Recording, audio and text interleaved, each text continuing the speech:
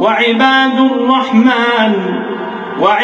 الرحمن الذين يمشون على الأرض هونا وإذا خاطبهم الجاهلون قالوا سلاما والذين يبيتون لربهم سجدا وقياما والذين يقولون ربنا اصرف عنا عذاب جهنم إن عذابها كان غراما إنها ساءت مستقرا ومقاما والذين إذا أنفقوا لم يسرفوا ولم يقتروا وكان بين ذلك قواما والذين لا يدعون مع الله إلها آخر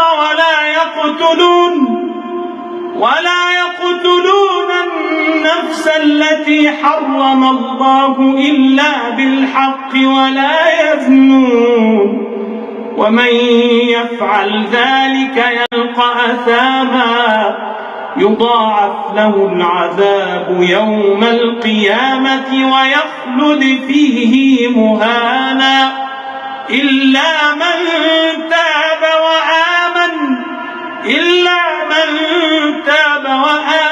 وعمل عملا صالحا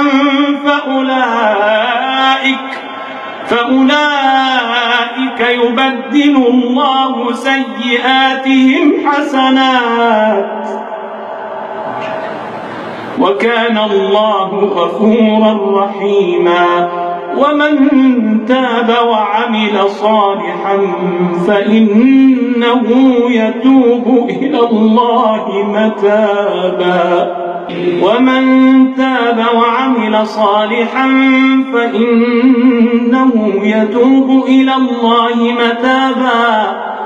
والذين لا يشهدون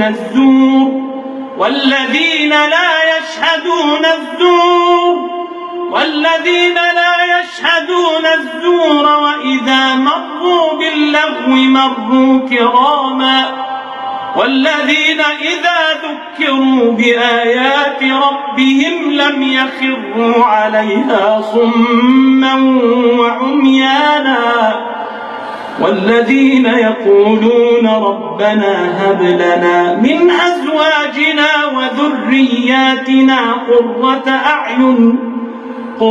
أعين واجعلنا للمتقين إماما أولئك يجزون الغرفة بما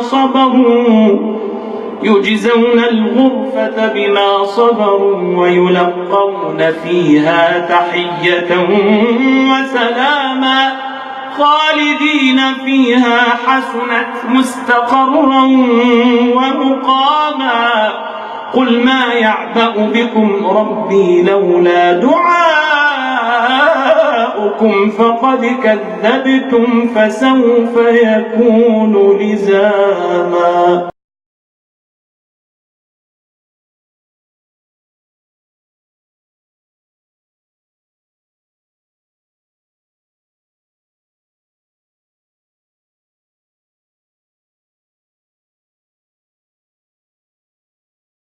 खुदाबंद रहमान के खास बंदे वो हैं जो आराम से और बगैर तकब्बुर के जमीन पर चलते हैं और जब जाहिल लोग उन्हें मुखातिब करते हैं तो वो उन्हें सलाम कहते हैं।